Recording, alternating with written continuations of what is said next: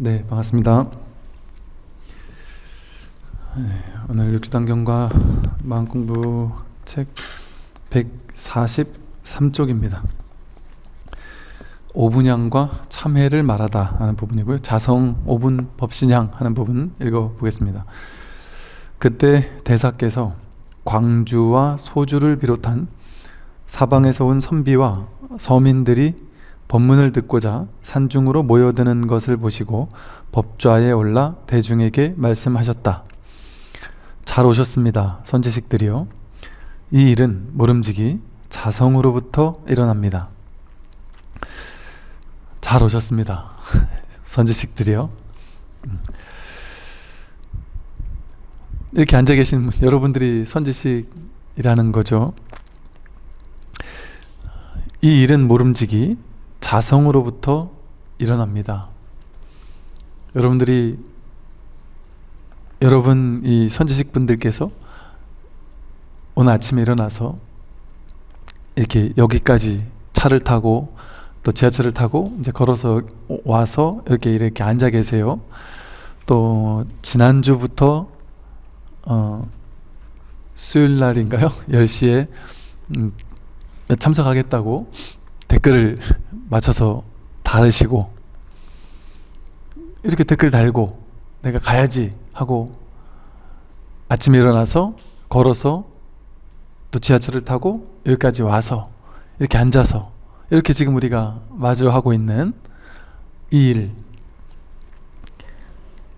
일이 바로 모름지기 자성으로부터 일어났다.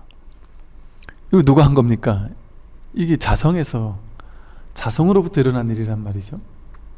내가 밥 먹고 잠을 자고 졸리면 자고 배고프면 먹고 걷고 말하고 생각하고 행동하고 일거수일투족 일체 모든 이 일들, 이게 전부 다 자성으로부터 일어났단 말이에요. 자성을 벗어나서는 한 일도 일어날 수가 없고 한 법도 생겨날 수가 없습니다.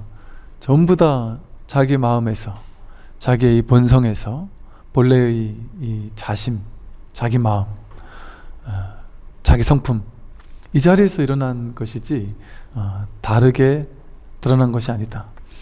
잘 오셨습니다, 선지식 여러분. 이 일은 모름지기 자성으로부터 일어납니다.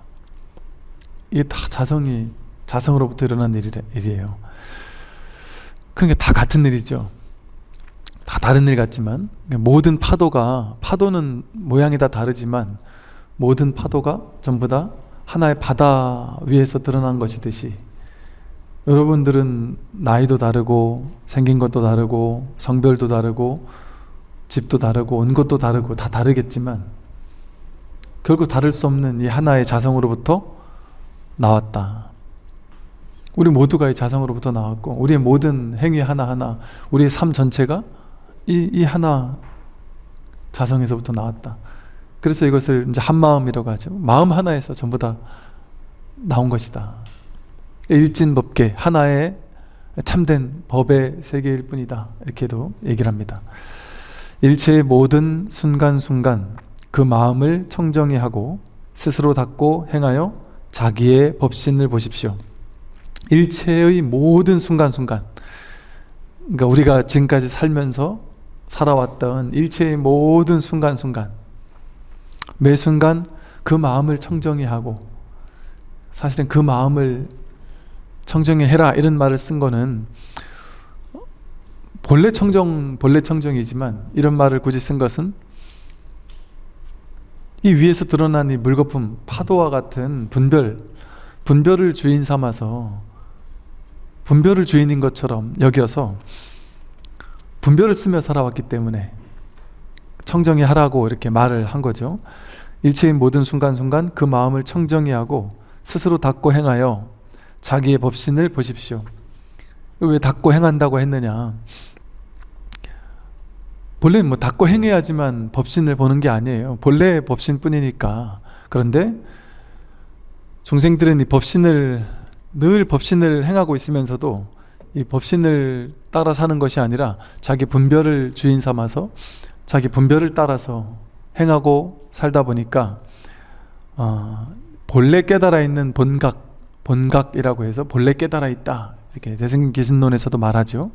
본각이지만 스스로 본래 깨달아 있음을 모르다 보니까 이게 다시 새롭게 깨닫는 일이 있다고 착각하는 거죠. 중생들은 그것을 이제 시각이라고 한다 그랬어요. 비로소 다시 새롭게 깨닫는 일이 있는 것처럼 착각하는 거죠. 그래서 그것을 본래 깨달았다라는 사실을 확인해서 새롭게 이제 깨닫는 일이 없지는 않다, 방편으로. 그래서 이제 그것을 일어나게 하려면, 그 시각을 일어나게 하려면 자기 마음을 청정히 하고 스스로 닦고 행해서 자기의 법신을 봐야 된다는 것이죠.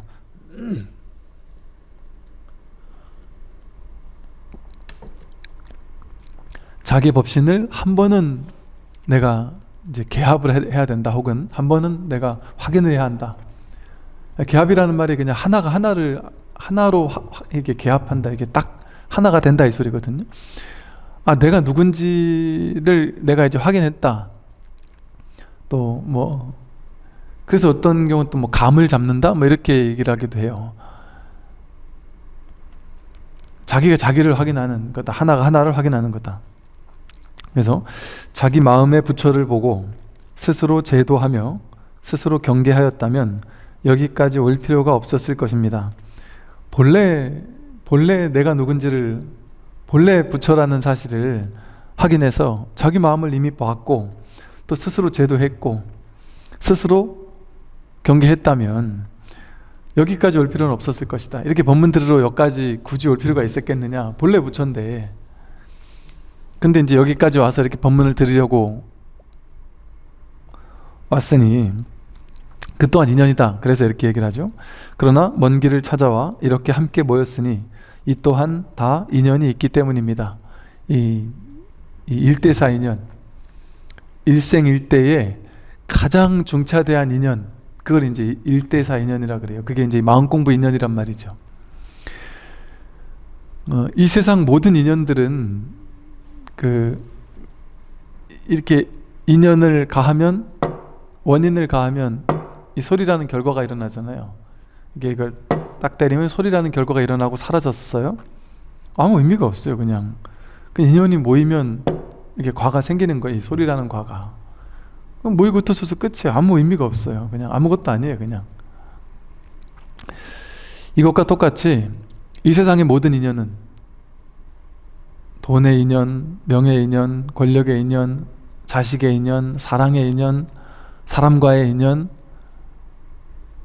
어디 살고 무슨 일을 했고, 그 모든 인연들, 살아있으면서 우리가 만나고 헤어지는 모든 인연들, 그 인연들은 이것과 똑같아요. 심지어 내가 그렇게 애지중지하는 자식과의 인연도 내가 먼저 떠나든 인연이다 해서 헤어지든 죽고 나면 그 인연이 있습니까? 남아있습니까? 살아있나요? 그 인연이 우리는 막 어마어마한 막 중차대한 인연인 것 같지만 그 인연이 실제 하는 거냐 말이죠. 그 인연 따라 모이고 흩어진다라는 그거밖에 없어요. 만약에 실체라면 예를 들어 우리가 이제 방편으로 얘기를 하기를, 이제 내가 전생의 부모, 전생의 자식,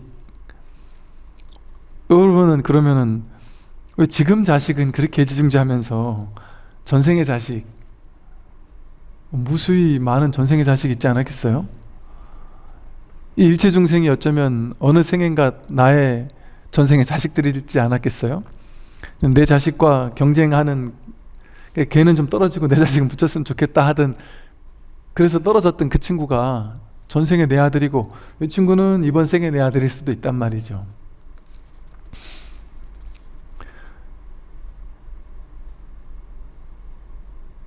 근데 이미 지나간 자식은 우린 별 애지중지하지 않아요. 모르니까.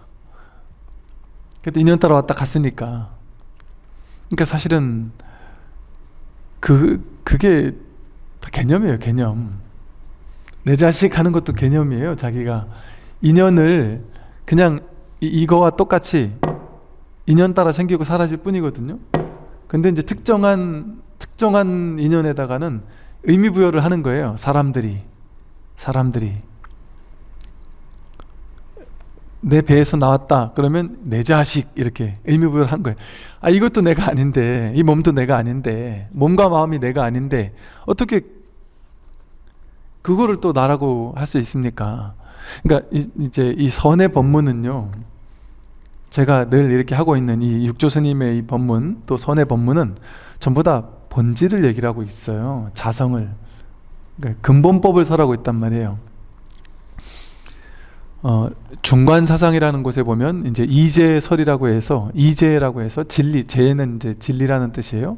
두 가지 진리의 측면이 있는데, 진리를 두 가지 측면으로서 할 수 있는데, 첫째는 속재고 둘째는 진재라 그래요. 속재는 세속의 진리이고, 방편의 진리이고, 진재는 참된 진리 그 자체의 진실이라고 그래요. 근데 이 진재는 말로 표현할 수 없어요. 진리는 말로 표현할 수 없어요. 말로 표현된 건 전부 다 속재일 수밖에 없다. 이 진재를 제1의제라고도 불러요. 첫 번째 자리. 선의 법문은 이 첫 번째 자리에서 설하고 있는 거예요. 첫 번째 자리에서. 방편으로 설하는 게 아니라, 방편으로는 다 있죠. 방편으로는 자식이 애지중지하죠. 내 자식이죠. 방편으로는 어제가 있죠. 당연히 내일도 있죠. 과거가 있죠. 내가 살았던 삶의 궤적이 다 있죠. 방편으로는 어제, 그저께, 일주일 전, 한 달 전, 1년 전 다 있잖아요. 그 방편으로 있잖아요. 방편으로. 근데 진짜 있느냔 말이에요. 진재에서도 진짜 있느냔 말이에요. 태어나서 1년 전을 지금 눈앞에 가져올 수 있느냐. 방편으로는 나 있죠. 여기 몸도 있고 마음도 있고 뭐 다 있죠. 방편으로는. 근데 진재에서는, 진실된 자리에서 보면 이게 내가 아니란 말이에요. 이건 그냥 인연 따라 생기고 사라지는 것이지 이게 실제가 아니란 말이에요. 이 세상 삼라만상 모든 것이 전부 다 실제가 아니에요. 인연 따라 생기고 사라지고 끝나는 허망한, 그 연생무생, 인연 따라 생겨난 모든 것은 무생, 본래 생겨난 바가 없다. 허망하다는 거예요. 실제가 아니라는 겁니다. 나도 실제가 아니고 세상도 실제가 아니에요. 본질에서는, 진재에서는. 속재에서는 너도 있고 나도 있고 다 있죠. 세상의 법도 지켜야 되고 사람들과 싸우지 말아야 되고 해야 될 거 다 해야 되지만, 속재에서는, 진재에서는 이렇단 말이에요. 그러니까 속재로 보면, 세속재로 보면 서방 정토도 있고 조건함 지옥도 있고 극락도 있고 천상도 있고 이렇게 말할 수 있단 말이에요. 방편으로는. 근데 본질적인 진재에서는 내가 없는데, 세상이 없는데, 내가 갈 지옥이 어디 있고, 내가 갈 천상이 어디 있고, 내가 갈 다음 생에 내가 갈 극락세계는 또 어디 있겠습니까?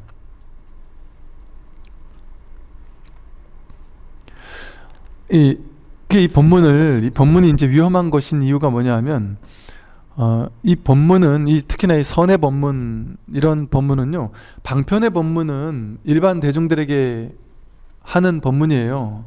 근데 이제 이 선의 법문은요, 육조 스님의 육조단경 같은, 또 금강경 같은, 이런 반야경 같은 이런 선의 법문, 혹은 이 경전의 진재를 고스란히 드러내고 있는 이런 가르침 있잖아요. 이런 가르침은 일반 대중들한테 설할 수 있는 가르침은 사실 아닙니다. 공부하는 수행자가 들어야 되는 가르침이에요. 공부인들. 그 옛날 같으면 부처님께서 제가 신도님들에게는 실론, 개론, 생천론이라는 방편을 가르치셨어요. 보시 많이 하세요. 그러면 좋은 데 갑니다. 계율 잘 지키세요. 착한 일 하면 좋은 곳에 갑니다. 생천론, 착한 일 많이 하면 죽어서 좋은 곳에 가고 나쁜 짓 하면 죽어서 나쁜 곳에 갑니다. 이렇게 실론, 개론, 생천론 같은 방편법을 설하셨어요. 근데 이제 출가 스님들한테는 이런 얘기 안 했단 말이에요. 이 방편법에서는 좀 못난 사람이 있어도 착하게 이렇게 복을 짓고 그들을 도와주고 이렇게 사십시오, 이렇게 얘기를 해요. 근데 이제 이 본질법을 공부하는, 내가 참 법을 공부해서 내가 깨닫겠다 하고 발심한 사람에게는 이제 그런 방편을 이제 싹 날려버린단 말이에요. 그리고 곧장 법을 가리킨단 말이에요. 그러니까 진실을 가르쳐 준단 말이죠. 그러니까 옛날에 어때요? 제자들에게 법을 설합니까? 설 안 해요, 스승이. 제자가 6개월 동안 행자 생활하면서 얼마나 어떤 법에 대한 믿음이 있는지, 또 스승에 대한 믿음이 있는지, 이 공부에 대한 강한 발심이 있는지를 확인합니다. 6개월 정도. 그래서 이 제자가 이젠 공부할 때가 됐구나 하면 남들 없을 때 딱 스승과 제자 간에 이 제자에게 딱 법을 들려준단 말이에요. 그래야 되는 거예요. 이 법은. 이렇게 제가 대중으로 인터넷에서 유튜브에서 이 육조단경을 서방정도 극락세계도 없다, 선악이 따로 없다, 좋고 옳고 그름도 따로 없다, 죽고 나서 가는 지옥도 없다, 윤회도 없다 이런 말 하면 안 되는 거죠. 근데 이제 제가 왜 한다 그랬습니까? 지금은 시대가 바뀌었기 때문에, 이제는 이걸 알아듣는 사람이 있기 때문에 한다고 말씀을 드렸어요. 그러나 여전히 못 알아듣는 사람들 많아요. 즉 아직 방편에 치우쳐 있는 사람들 많죠. 그 사람들은 이 얘기를 들으면 다 욕합니다. 당연히 욕하죠. 저 미친 중놈 아니야, 저놈. 어떻게 지옥이 없다고 할 수 있어? 어떻게 극락세계가 없다고 할 수 있어? 극락은 마음에 있다고? 아니야. 서방의 극락은 실제 해. 죽고 나서 가는 지옥이 없다고? 윤회가 없다고? 저 중놈이 미쳤네. 이렇게 얘기할 수 있다니까요. 세속제, 방편에 이렇게 아직까지 이렇게 방편이 필요한 사람에게는 방편의 법문이 필요한 거예요. 이 법문이 필요하지 않아요. 그러니까 그런 사람은 이 법문을 지금 들으면 안 돼요. 그냥 방편의 가르침을 들으면 돼요. 그래서 이제 방편을 깨뜨릴 수 있는 준비가 되었을 때 이제 이런 법문을 들으시면 돼요. 그러니까 이 선의 법문은, 육조단경 같은 이런 선의 법문은 아무에게나 설하기가 쉽지 않죠. 그러니까 초등학생이 대학원생 수학 문제를 가르쳐 주면 풀 수 있겠습니까? 풀지 못하는 정도가 아니라 뭔 소리 하는지를 알아들을 수가 없겠죠. 그거와 비슷하단 말이에요. 그러니까 그래서 법화경의 가르침이 뭐냐면, 법화경에서 회삼귀일 해가지고 성문영각 보살 3승은 방편이었고 1승만이 진실하다 이런단 말이에요. 즉 그 말이 무슨 말이냐면, 부처님께서 지금까지 3승으로, 방편으로 이 사람에게는 이런 방편, 저 사람에게는 저런 방편, 이렇게 살아라 저렇게 살아라, 이것이 있고 저것이 있고, 이것이 이렇다 저렇다, 이렇게 막 쉽게 얘기했던 것은 전부 다 3승의 방편이었을 뿐이다. 3승만 있겠어요? 10가지, 20가지, 100가지 방편이 있단 말이에요. 84,000의 방편이 있으니까 84,000의 법문이 있습니다. 근데 그게 전부 다 3승 방편이란 말이에요. 그 법화경의 제일 간 핵심이 그거잖아요. 지금까지 내가 8만 대장경에서 설했던 모든 것들은 다 방편이었다. 근데 본질은 일불승, 이거 하나 설해주려고 했다. 그러니까 방편이 필요한 사람은 방편을 공부해야 되겠지만, 그러니까 우리가 공부할 때 낮은 단계의 경전들을 막 공부하다가 최고에 가서 마지막에 공부해야 될 게 법화경이다, 뭐 이런 얘기를 하잖아요. 나머지는 전부 다 방편을 얘기하는 가르침인데, 이 법화경에 가면 이제 방편은 딱 쓸어버리고 오로지 일불승, 화엄경에서는 오로지 일진법계, 오로지 하나의 진실한 법계뿐이다, 이렇게 본질을 드러낸단 말이에요. 반야심경에서도, 반야심경 보면은 그 방편 공부하는 사람들은 이해가 안 되죠. 분명히 석가모니 부처님께서 오온, 12처, 18계, 생로병사, 윤회 뭐 다 설하셨는데 반야심경에서는 전부 다 없다고 하잖아요. 처음부터 오온 공한 거다, 없다, 무 없다, 아니비설신이도 없고, 색상행비축법도 없고, 우한계 내지 무의식계, 무수성행식, 무지영무득, 지혜도 없다, 얻을 것도 없다 이런단 말이에요. 참된 지혜도 없고 얻을 것도 없다니까요. 깨달음도 없다고 한다니까요. 그게 공사상이에요. 싹 쓸어버리는. 그러니까 이게 아무한테나 할 수 없는 법문이죠. 그러니까 이제 이게 지금 다른 얘기를 하고 있는 거예요. 지금 이게 이해가 안 된다면, 그게 왜 없느냐라고 아직 이렇게 막 따질 정도의 상황이라면 그냥 방편을 공부해야 되는 거예요. 방편을 공부하면 되는 거예요. 제가 방편으로 없다고 하지 않아요. 제가 설법할 때 보면은 어제가 어떻고 뭐 이런 얘기 하잖아요. 부처님께서 윤회를 왜 얘기했겠어요? 윤회에서 벗어나는 게 해탈이잖아요. 열반이잖아요. 생사 윤회하는 건 괴로움의 쳇바퀴를 돈다는 거잖아요. 괴로움의 쳇바퀴 계속 돌고 살 거냐? 괴로움의 쳇바퀴 도는 생사 윤회에서 벗어나라 이 얘기하는 거 아니에요. 그래 부처님이 윤회를 얘기하는 거예요. 그러면 윤회를 벗어나려고 하는 분이지. 그러면 진실은 윤회에서 벗어나는 게 진실이다 이거잖아요. 근데 여러분들은 허망하게 이 윤회하는 이 괴로움, 허망한 괴로움에 사로잡혀 있다. 분별망상 때문에 윤회하는 괴로움을 스스로 자승자박으로 스스로 받아가지고 그 괴로움 속에 허덕이고 있다. 근데 그 윤회의 세계는 실상이 아니다. 허상의 거짓 세계다. 진실에 눈뜨게 되면 생사 윤회에서 벗어난다. 윤회가 사라진다. 윤회가 없다. 이 얘기를 하는 거잖아요. 그건 이게 지금 윤회가 있습니까 없습니까를 논할 얘기냔 말이에요. 이게 윤회는 있냐 없냐를 논하는 게 아니에요. 중생의 분별망상에서는 윤회가 있죠. 어제는 즐거웠는데 오늘은 괴롭잖아요. 어제는 천상세계 같았는데 오늘은 지옥 같단 말이에요. 그 윤회예요. 이렇게 얘기하면은 이제 방편에 치우친 사람들은 그래요. 스님이 아직 공부를 덜 해서 그래요. 실제 지옥이 있습니다. 실제 천상이 있습니다.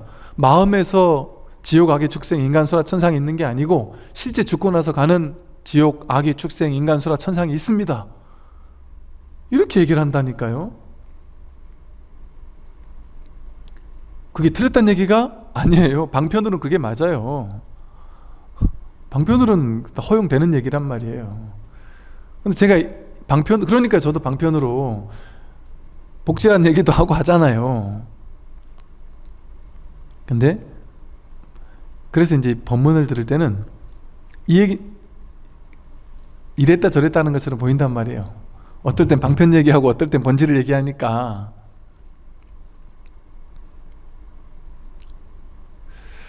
그래서 이 공부가 좀 어찌 보면 좀 어렵게 느껴지죠. 그러나 이제 지금은 그런 것들을 이제 뛰어넘어서 이게 왜 이런 얘기를 하는지를 이제 다들 아시리라고 봐요. 근데 아직도 이 육조 스님, 심지어 이 육조 스님을 이렇게 욕하는 사람들이 있다니까요. 육조 해능 스님, 이게 육조 스님이 우리나라 조계종을 비롯한 상당히 많은 종단의 원류가 된 스님이거든요. 그런데 육조 스님이 이렇게 지난주도 그랬잖아요. 서방 정토는 따로 없다. 마음의 서방이다. 이렇게 얘기를 했잖아요. 이런 걸 보고서는 사람들이 육조 스님을 욕해요. 한국 불교는 이래서 안 된다.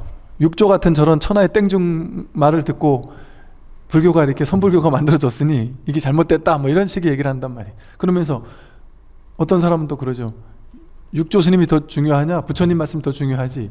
부처님 말씀과 육조 스님의 말씀이 다르지 않다니까요. 부처님께서 말씀하신 그 방편의 가르침을 줄 게 아니고 또 경전이라는 게 경전에서 나온 말은 100% 옳다? 그거는 정말 어리석은 생각이에요. 그게 문자주의에 사로잡히는 거 아니에요? 성경에서 말하듯이 문자주의에 사로잡혀서 문자 그대로 절대 진실이라고 생각하는 거? 그거 어리석은 생각이죠.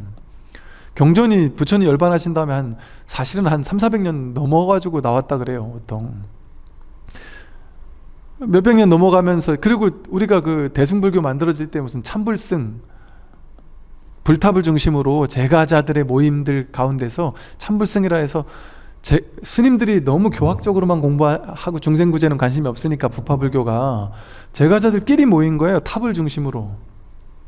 그 탑을 중심으로 모인 제가자들은 깨닫는 공부 이런 거 관심이 없었던 거예요. 그 당시. 그러니까 부처님께서 나에게 뭔가 권능을 보여주시고 뭔가 부처님의 위대한 힘을 가지고 내가 부처님께 기대기만 해도, 기도만 해도 모든 걸 들어주는 어떤 이런 부처님, 이런 분들에 대한 어떤 필요, 요청 이런 게 나왔던 거예요. 그러니까 이 참불승이라 해가지고 부처님의 그런 어떤 역사를 쓰고, 왜냐면 이 사람들이 이 제가자들한테, 스님들은 그걸 안 하니까 이분들이 이제 제가자들한테 불교에 대해서 설명해주고 이러려다 보니까 다양한 방편이 나온 거예요. 그러니까 그분들이 만들어낸 딱 저작이 제일 중요한 게 뭐냐면 바로 자타카라는 거거든요. 전생담 같은 거. 전생에 부처님이 위대한 어떤 초인적인 일을 하셔가지고 지금 부처님이 되신 거야. 우리 같은 범부 중생과는 본 태생부터가 다른 분이에요. 그 부처님을 이렇게 탁 높인단 말이에요. 그러면서 뭐 자타카 같은 게 인도 전통에서부터 있던 이야기들, 심지어요 이게 이 세계가 옛날부터 벌써 기원전 1000년 2000년 전부터 사실은 이게 여러분 인더스 문명이니 메소포타미아 문명이니 이집트 문명이니 하는 이 인류의 거대했던 문명들이 기원전 한 1000년 그 이전부터 사실은 교류가 늘 있어 왔어요. 그래서 이란 지역에 있는 어떤 신화들, 그리스 신화들, 이집트 신화들, 인도 신화들이 얼추 비슷한 맥락들이 많아요. 비슷한 맥락들이 상당히 많아요. 이란의 고대 신화에서 또 성경 이 관련된 또 이야기들도 상당히 흡사한 게 많잖아요. 우리가 49제 하면은 배를 타고 반야용선을 타고 강을 건너 서방정토 극락세계를 간다.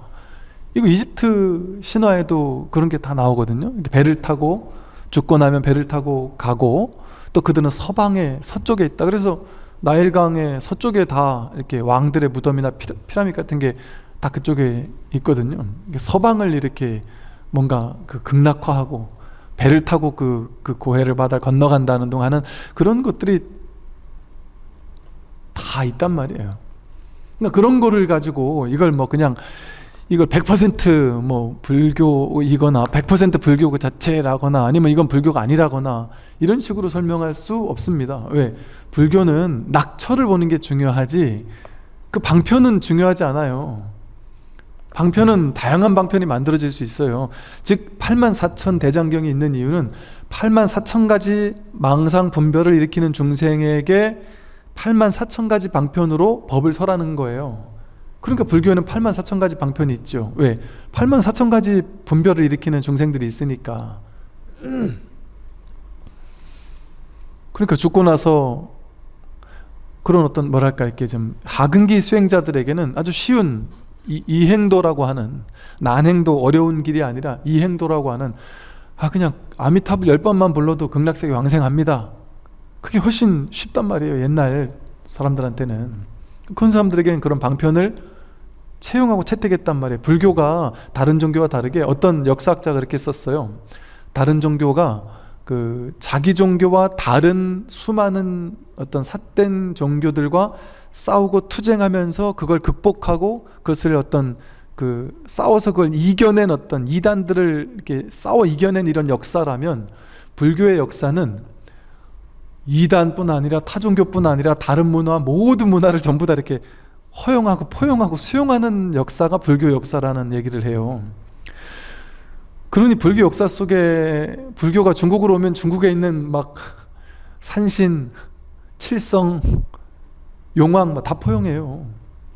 인도에서는 인도에 있는 인드라, 제석천, 모든 인도에 있던 수많은 신들을 다 포섭해요. 또 불교의 과정에서는 어디에요? 그리스 헬레니즘 해가지고 그리스 로마와 관련된 그쪽의 문화, 전통, 사상, 신화 이런 것들 상당히 많이 들어온 거 그대로 포용해요. 간다라 문명에 보면 부처님이 서양 사람처럼 생겼잖아요. 또 심지어 어디에요? 짜라투스트라 무슨 종교라 그러지 그걸?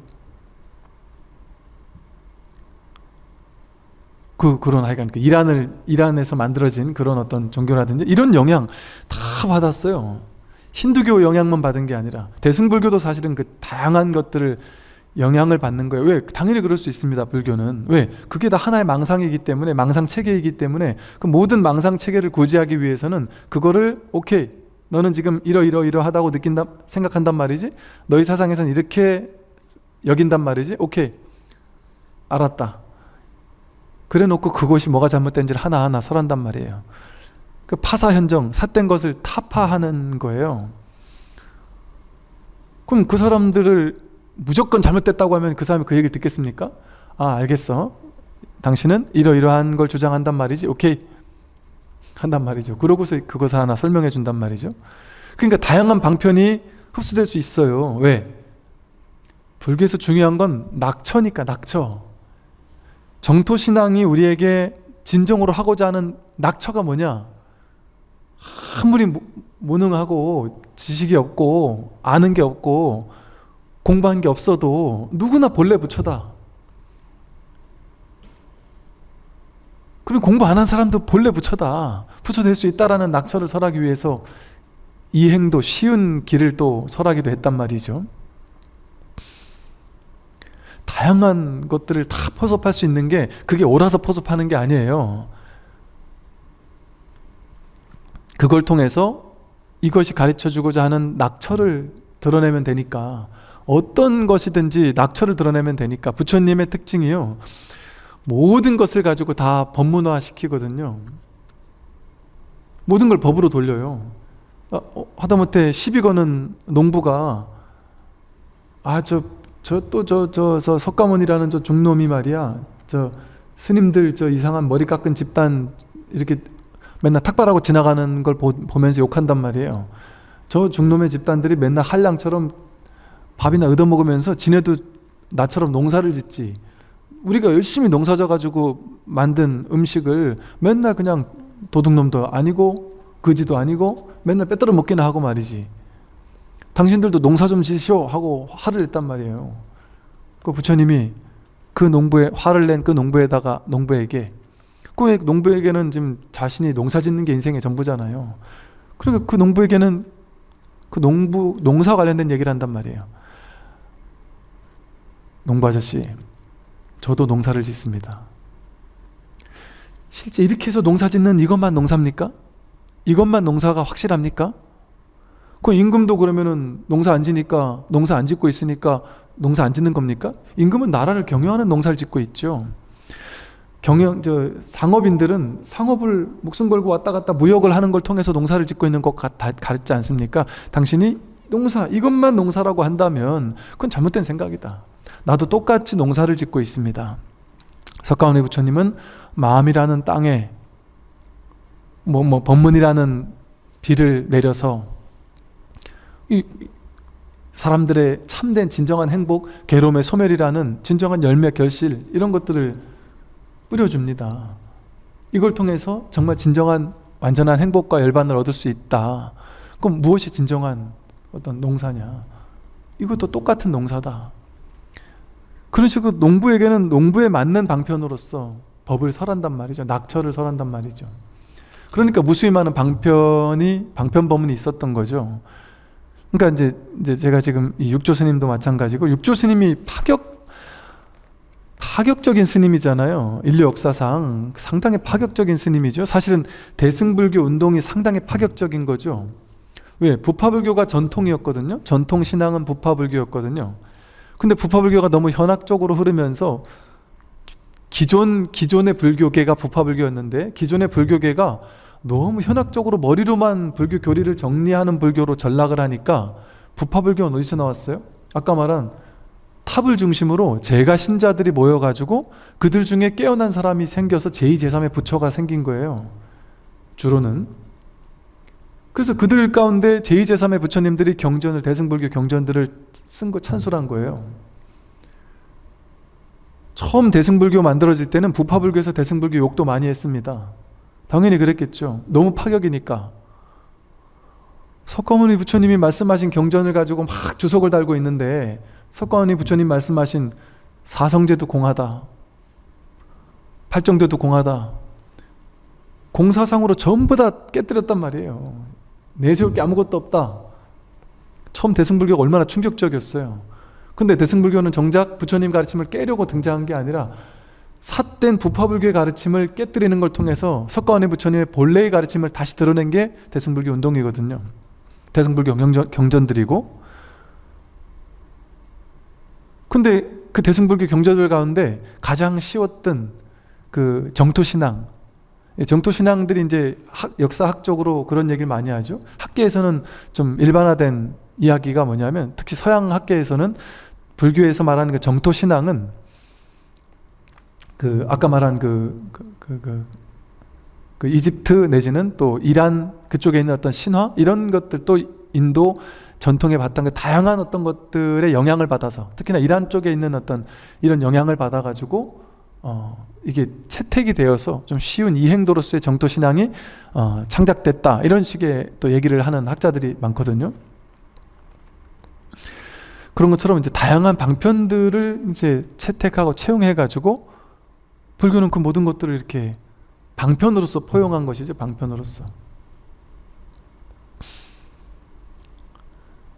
근데 육조 스님이 계시던 그 당시 그 방편, 중국 전역이 집집마다 아미타불 연부를 불렀다 그래요. 전부 다 서방정도 극락세계 왕생하려고. 그리고 또 선을 한다는 사람들도 전부 다 부처님이 말씀하신 참된 중도, 하되 함이 없이 하는 이 중도를 다 잊어버리고는, 왜? 하되 함이 없이 하는 것은 우리 머리로 이해 안 되는 거거든요. 그러니까 중생들은 분별의 기준으로 사니까 머리로 이해되는 것만 공부하는 거죠. 그러니까 그 당시 선이라는 곳에서도 전부 다 열심히 참선해가지고 뭔가 삼매나 이런 걸 체험하는, 어떤 열심히 갈고 닦는 수행을 통해서 어떤 걸 얻고자 하는 인과로서, 유의조작의 방식으로서 수행이 삿되게 흘러가고 있더라는 것이죠. 그걸 보고 대승불교 운동이 딱 나타난 것과 똑같이 육조 스님이, 정말 이 당시 육조 스님이 나타났을 때는 충격적인 등장이죠. 이 경전 자체가 충격적이잖아요.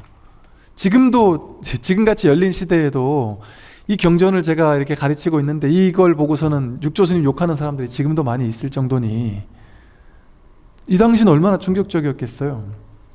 충격적이었죠. 그런데 그래서 사실은 육조 스님이 당대에는 그렇게까지 인정을 못 받았어요. 육조 스님 이후의 제자들이 너무나도 걸출했던 깨달음을 얻었던, 완전히 깨달음을 얻은 놀라운 선사 스님들이 막 그냥 걸출하게 너무나도 많이 배출이 되다 보니까 그들을 통해서 육조 스님의 어떤 가르침, 이 선이 너무나도 이렇게 찬란하게 지금까지 이렇게 오게 된 거죠. 그러니까 우리가 육조 스님을 그냥 우리가 쉽게 이렇게 경전 공부한다고 되게 쉽게 보면 안 되는 게, 이게 너무 충격적인 본문인 거예요, 사실은. 일반 그 기본 방편의 불교에 빠져 있는 사람에게는 이게 되게 충격적인 얘기인 거예요. 여기서는 지금 기도, 수행 이런 기복을 깨뜨리는 정도가 아니라 연불, 수행, 신앙 이런 것도 깨뜨리고, 겉으로 보면 깨뜨리는 것 같잖아요. 심지어는 앉아서 좌선하는 사람도 깨뜨리잖아요. 모든 수행 방법에 천착되어 있는 모든 것들을 다 깨뜨려요. 하나하나 깨뜨려요. 요 앞에서 서방정도 극락세계를 깨뜨렸고, 그 앞엔 좌선을 깨뜨렸죠. 삿되게 하는 좌선, 잘못된 좌선, 정해 다 깨뜨리면서 등장하는 거예요. 오늘은 또 5분 법신양, 5분 향례라고 하는, 우리 매일 아침 예불 하잖아요. 5분 향에 목매면서 예불 하잖아요. 개정의 사막, 그걸 깨뜨린단 말이에요. 그러니까 사실 지금 우리 육조단경은 좀 충격적인 경전이에요. 그러니까 오죽했으면 부처님이 쓴 것들을 주로 경전이라고 부르는데, 중국 사람이 쓴 걸 경전이라고 이름 붙인다는 얘기 들어보셨어요? 여기 있어요. 이거 딱 하나. 중국과 한국에서, 인도를 제외한 다른 나라에서 경전이 요거 딱 하나예요. 육조 스님이 쓴 것만 경전이란 이름을 붙인 거예요. 육조당 경이라고. 이분은 제3의 부처님이다. 제2의 부처님을, 대승불교 경전을 찬술한 제2의 부처님을 얘기를 한다면 이게 제3의 부처란 말이죠. 육조 스님을. 그러니까 우리가 이제 좀 혹시나 이해 안 되는 부분이 있거나, 야, 저 방편은 내가 도저히 소화가 안 돼. 소화가 안 되면 그냥 안 되는구나 하고 그냥 계시는 게 나아요. 12분별에서 이게 왜 이렇게 따지지 않고 그냥 모르겠구나, 내가 모르겠구나 하고 그냥 일단 공부해 보는 거예요. 그러니까 꾸준히 공부하다, 모르겠는 해도 한 6개월, 1년 머문 듣다 보면 왜 이렇게까지 하는지를 다 저절로 깨닫는다니까요. 마음을 열고 듣는다면. 물론 마음을 열지 않고 그냥 어쩌다 한번 이렇게 듣다 보면 미친 소리 하는 것처럼 들릴 수 있죠. 육조 스님의 일대기 뒤에 또 계속 나오겠지만 평생 도망 다니셨어요. 평생까지는 아니지만 한 시기에 한동안 도망 다니셨어요. 10몇 년을. 육조 스님 쫓아가는 사람들 얼마나 많았는데요. 가서 법의 상징인 가사와 바로를 빼앗으려고 하는 사람들, 심지어 이 너무 파격적인 법을 설하시니까 막 육조스님이 어느 날은 막 뒷산에 올라가서 숨었는데 뒷산을 다 막 불태워가지고 스님을 찾았다고 막 이런 얘기까지 있을 정도로 위험한 인물이에요. 깨달은 사람은 원래 인류 역사상 위험한 인물이에요. 왜? 너무나도 충격적인 파격적인 얘기를 하니까. 지금쯤 되는 열린 시대가 되니까 우리가 이런 얘기를 할 수가 있는 거죠. 그 대신 이제 이런 얘기를 대중적으로 하다 보니까 참 이게 소화되는 사람도 있고 되지 않는 사람도 있다는 이런 참 일들이 있는 거죠. 여러분들이 이렇게 먼 길을 찾아와서, 여러분도 지금 먼 길을 찾아와서 이렇게 함께 모였어요. 이 또한 다 인연이 있기 때문이다. 인연 없는 사람은 이렇게 법문 들으러 못 옵니다. 그러면 이제 모두들 호계 합장하십시오 하고, 이제 장교 합장, 호계 합장이라고 이렇게 하죠. 호계 합장하십시오라고 이제 육조스님 말씀하세요. 그러면서 먼저 자성의 5분 법신향을 전해주고 다음에 무상 참회를 전해드리겠습니다. 보통 이제 불자가 되겠다라고 찾아오는 사람에게 5분 향내 개정해 삼학과 또 해탈과 해탈 직연향 하는 매일 아침 저녁으로 예불하는 거죠. 우리가 부처님께 예를 올리는 가장 기본적인 예의죠. 그것을 전해주고 그 다음에 참회할 수 있도록 한다. 그게 이제 보통의 전통이란 말이죠. 그러다 보니까 여기도 똑같이 5분 법신향과 참회를 주겠는데 이 스님이 하는 법신은 이 5분 향내는 좀 다르단 말이에요. 어떻게 다른지를 한번 들어보잔 말이죠. 대중이 모두 호계 합장하니 해능 스님께서 말씀하셨다. 첫째는 개향이니 5분 법신향 하면 개향, 정향, 해향, 해탈향, 해탈, 직연향 이렇게 5가지잖아요. 그런데 개향 하면은 우리가 알고 있는 개향은 뭐예요? 계율을 지키는 데서 오는 향기 이래요. 사람들이 계율을 지키는 사람에게는 향기가 난다는 거예요. 법의 향기. 즉 계율을 지킨다는 것은 첫째 살도음망주, 살생하지 않고 도둑질하지 않고 삿된 음행하지 않고 삿된 망언을 하지 않고 또 불음주, 계를 또 지키고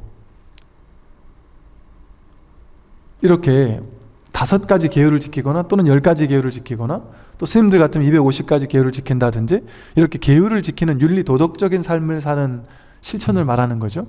그래서 살생하면 절대 안 돼, 도둑질하면 절대 안 돼, 삿된 음행해도 안 되고 삿된 말해도 안 되고 술 마시면 절대 안 되고 이걸 이제 우리는 계율이라고 배웠단 말이에요. 그런데 육조 스님은 그걸 계율이라고 하지 않고 그걸 계율이라고 여기는 사람은 어때요? 오늘 내가 술 먹었어요. 그러면 난 계율을 어겼구나. 나는 제가 신자로서 지켜야 할 계율을 어겼구나. 부처님에게 내가 죄를 졌구나. 내가 부득이한 일 때문에 가정의 평화를 위해서 아내에게 살짝 거짓말을 했어요. 그래도 속으로 이제 죄의식이 느껴지겠죠. 왜? 이 계율을 고정된 실체라고 여기면 이걸 불교에서는 계금취견이라고 불러요. 삿된 견의 사견 가운데 계금취견이 있어요. 즉 삿된 모든 계율은 그 계율을 절대적인 실체라고 집착하면 그것은 삿된 것이 돼버린다는 거예요. 그 불교의 계율은 반드시 지켜야 되는 계율이 아니라 반드시 지킬 줄도 알아야 되지만 범할 줄도 알아야 되는 게 진짜 계율이거든요. 불교의 계율이거든요. 그러니까 불교는 계율에 사로잡히고 계율에 집착하지 않아요. 계율로부터도 자유로워요. 근데 실제 이런 열린 계를 설하는 불교가 아닌 다른 종교는 어때요? 그 종교에서 설하는 계율을 어기면 그 사람은 예를 들어 지옥 간다든지 그 위에 계신 분한테 벌을 받는다든지 그런 과보가 실체적으로 떨어지는 거죠. 맞잖아요. 그게 어떤 결정론적인 종교에서는 계율이라는 것, 율법이라는 것을 실제 있다라고 여기는, 실체라고 여기는 사람에게는 내가 계율을 어겼어요? 그럼 반드시 그거에 대한 벌은 받는 거예요. 그러면 계율을 어기지 않고 사는 사람이 몇 명이나 될까요? 두름에 떨어요. 불안감, 초조함, 내가 죽고 나면 어차피 내가 저기 가서 그분에게 심판받을 때 내가 이거 다 뽀록 날 텐데 하는 두려움에 떨지 않겠어요? 계율을 어긴 것 때문에 얼마나 두렵겠어요, 사람들이 전부 다. 그런 문제가 생길 수 있단 말이에요. 계율을 실체화시켰을 때. 불교는 그 어떤 부처님의 가르침도 실체화시키지 않습니다. 계율도 실체화시키지 않아요. 육조 스님이 말씀하신 계율은 어떤 계율이냐? 무엇이 계율이냐? 너 어제 길을 걷다가 모기 한 마리 죽였던데? 개미 죽였던데? 너 파리채로 파리 죽이지 않았어? 너는 불자도 아니야. 계율을 어겼잖아.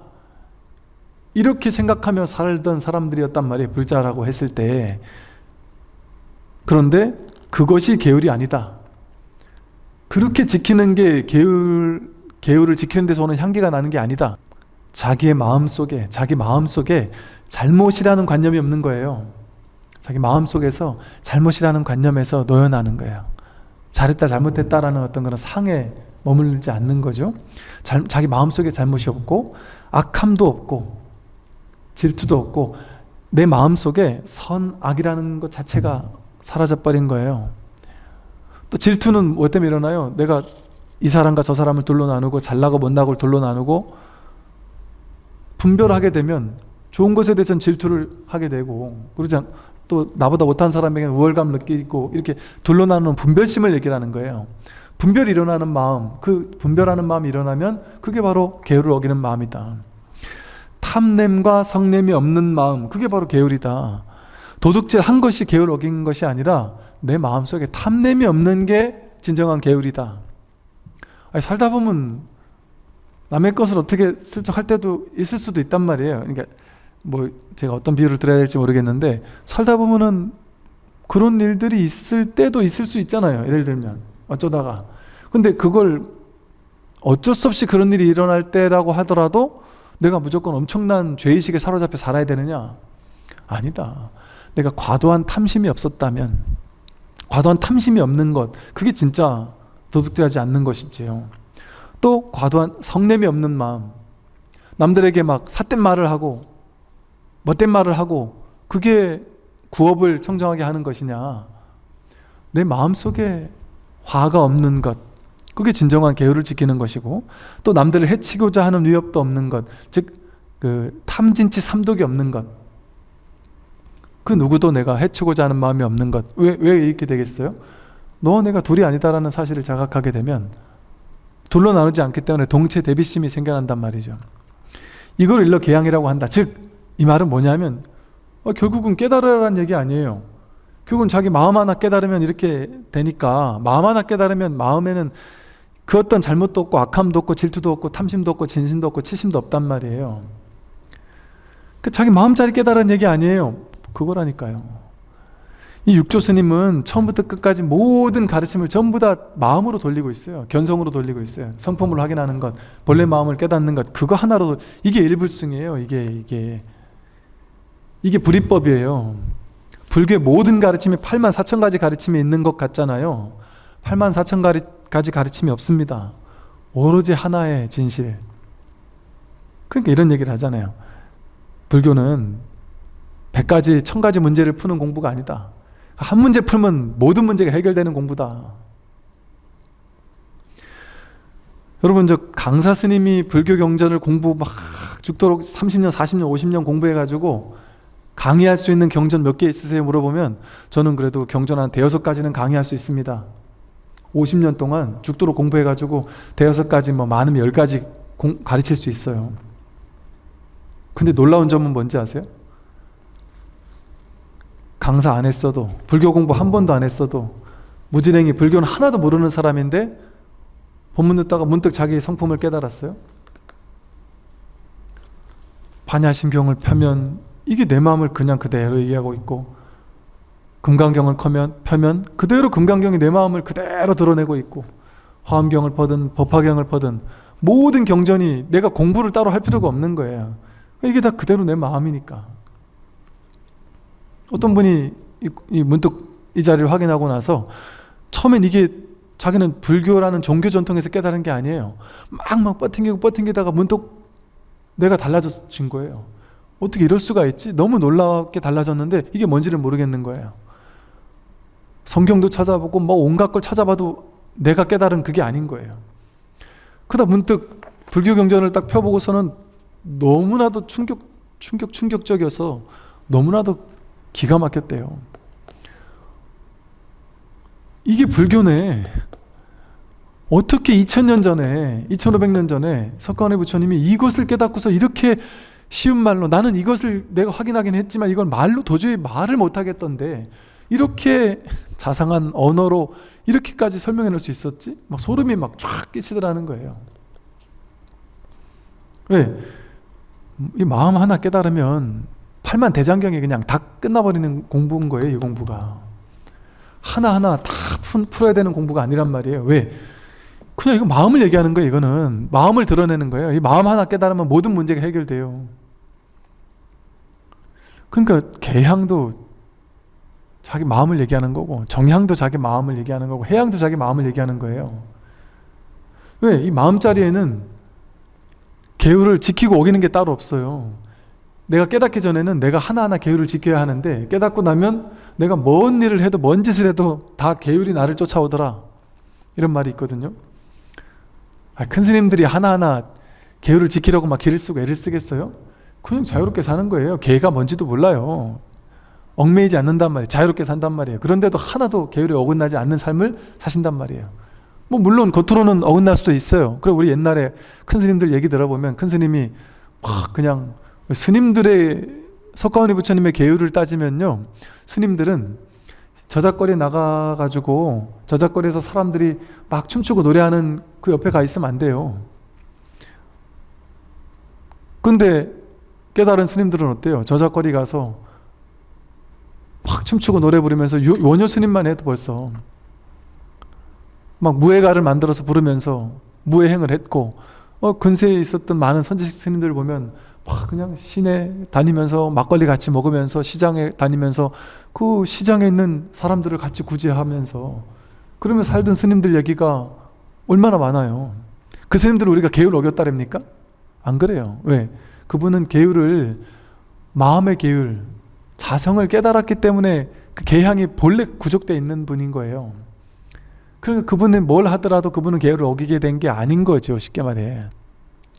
그렇다고 해서 마음을 깨치지도 못한 사람이 그냥 그런 거 흉내내는 식의 그런 막행막식을 하면 당연히 안 되겠죠. 분명히 자기 마음을 깨달았을 때 그렇다는 거죠. 마음을 깨닫고 나면 계향이 저절로 구족되는 거죠. 정향도 마찬가지예요. 우리가 깨닫기 전에는 앉아서, 정향은 뭐냐면 마음의 분별망상을 멈추고 생각을 멈춰서, 생각과 분별망상을 멈추니까 마음이 고요해지잖아요. 선정, 정이 닦인단 말이에요. 정, 고요함. 마음에 산란함이 없어요. 고요해져요. 분별망상이 없으니까. 그러니까 우리는 정을 닦기 위해서 뭐 해요? 정을 닦기 위해서 앉아가지고 올라오는 생각을 막 찍어 누르고 생각을 없애려고 막 기를 쓰고, 그러면서 마음을 고요하게 만들려고 막 애써서 노력하잖아요. 애써서 노력하다가 겨우 삼매를 체득해서 내가 마음이 고요해졌어요. 야, 성공했다. 내가 체험했다. 그럼 뭐 합니까? 나오면은, 그 삼매에서 나오면, 선정에서 나오면 또 사람들과의 관계 속에서 똑같이 마음이 흐트러진단 말이에요. 그걸 우리는 선정이라고 생각해서 그 선정을 닦으려고 노력하고 살았단 말이죠. 근데 육조 스님은 그걸 정향이라고 하지 않았습니다.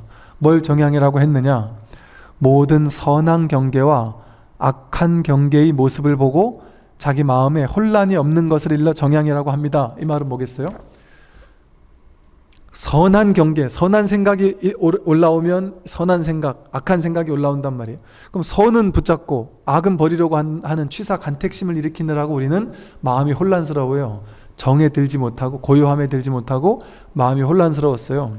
좋은 거는 취하고 싫은 건 버려야 되니까, 취사 간택해야 되니까. 좋은 걸 취해야 되는데 가져지지 못할 때 괴롭습니다. 화나고, 싫은 걸 버려야 되는데 버려지지 않을 때 괴롭습니다. 마음이 고요하지 못하단 말이에요. 이 취사 간택심 둘로 나누는 마음에서 선정이 깨지는 거예요. 그런데 좋다 나쁘다라는 상황 따라, 인연 따라 좋다 나쁘다라고 말은 하고 인연에 응하긴 할지라도, 이 세상 모든 것은 본성에서는 좋은 것도 없고 나쁜 것도 없구나라는 사실을 자각하고 깨닫는다면, 그래서 선에도 물들지 않고 악에도 물들지 않는다면, 선악을 따라 행하긴 하더라도 그 선악의 뿌리가 공하다라는 사실을 깨닫는다면 좋은 거라고 취하지도 않고 싫은 거라고 버리지도 않겠죠. 취사 간택심에 끌려다니지 않는단 말이죠. 분별하지 않는단 말이에요. 분별하지 않게 되면, 그건 분별하지 않는다라는 말은 또 오해하면 안 되는 것이, 아예 분별할 줄 모른다는 게 아니에요. 분별하되 분별한 바가 없다는 거예요. 분별하지만 분별하는 것에 끌려다니지 않는다, 집착하지 않는다는 거예요. 그러니까 분별은 다 하는데도 마음은 늘 고요해요. 늘 선정이에요. 이 사람은 분별도 하지 않느냐? 분별 다 하는데도 늘 선정이에요. 이게 진짜 선정이란 말이에요. 모든 선한 경계와 악한 경계의 모습을 보고 자기 마음에 혼란이 없어요. 그게 정향이에요. 왜 혼란이 없겠습니까? 선한 경계를 취하려고 하는 마음도 없고 악한 경계를 버리려고 하는 집착도 없단 말이에요. 그런다고 좋은 거를 가지려고도 안 하고 싫은 걸 버리려고도 안 하는 건 아니에요. 다 하지만 거기 집착하지 않는 거죠. 그러니까 열심히는 하는데 해도 그만, 안 해도 그만. 부처님이 중생을 구제하려고 마음 낸단 말이에요. 중생 구제해야 되겠구나 하는 마음을 낸단 말이에요. 최선을 다해서 구제해요. 구제가 되면은 잘 됐구나. 구제가 안 되면 어쩔 수 없구나. 인연이 아니구나. 때가 아니구나. 쿨하게 당신 길을 간단 말이에요. 아니면 구제 안 됐다고 해서 부처님이 막 울고불고 하면서 얘를 구제하지 못하면 안 되는데 하고 막 울고불고 막 그러냔 말이죠. 안 그런단 말이에요. 분별하되 분별함이 없이 분별하는 것, 그게 진짜 정이다. 그러니까 우리가 큰 스님들 깨달았다 하는 큰 스님들을 보면 겉으로 보면 똑같아 보여요. 성철 스님 뭐 화도 내고 그러셨다 그러죠. 그럼 우리 그걸 보고서 성철 스님 화내는 거 보니까 선정도 없고 탐진치 삼독에 가득 차 있는 분이시네. 진심 썩 내는 분 아니야. 저런 분이 어떻게 큰 스님이야? 이렇게 얘기하지 않잖아요, 우리가. 왜 그럴까요? 성내는 인연이 오면 성내요. 근데 요즘 말로 쉽게 풀이하면 뒤끝이 없단 말이에요. 성냄에 뿌리가 없어요. 그 사람에게 성을 냈지만 그 사람을 봐도 그 사람 미워하는 마음을 확 쥐고 있거나 이러지 않는단 말이에요. 자유롭단 말이에요. 이게 진짜 선정이에요.